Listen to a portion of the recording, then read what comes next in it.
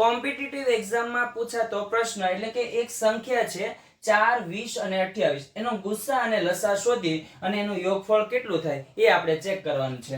હવે આપણે અહીંયા જોશું કે એનો 4 નો આપણે પહેલા અવિભાજ્ય અવયવ પાડીએ તો અવિભાજ્ય અવયવ એટલે કે 2 દુ 4 બરાબર, અને પછી આપણે પાડીએ 20 ના અવયવ. 20 ના અવિભાજ્ય અવયવ એટલે કે 2 દુ 4 અને 4 પંચા 20, અને પછી આપણે 28 ના અવયવ પાડીએ અવિભાજ્ય તો કે 2 દુ 4 બરાબર, 4 સત્તા 28 બરાબર થઈ ગયા. હવે આપણે એનો લેવાનો છે પેલા લસા.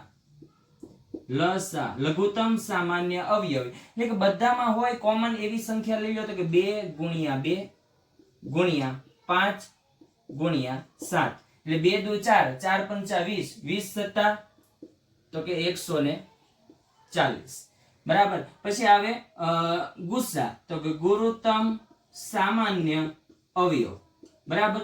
બંનેમાં ત્રણ સંખ્યામાં કોમન હોય ને એવું કોણ છે તો કે 2 ગુણ્યા 2 એટલે 2 ગુણ્યા 2 એટલે કેટલું થાય 4, એટલે કે ગુસ્સા 4 આવે અને લસા કેટલો આવે 140. હવે જો ઘણીવાર શું થાય કે યોગફળ, અહીંયા શું શોધવાનું છે આપણે યોગફળ, તો ઘણા વિચારો કે યોગફળ શું છે, આ શબ્દ જોઈને અમુક પ્રશ્ન સ્કીપ કરી દેતા હોય છે.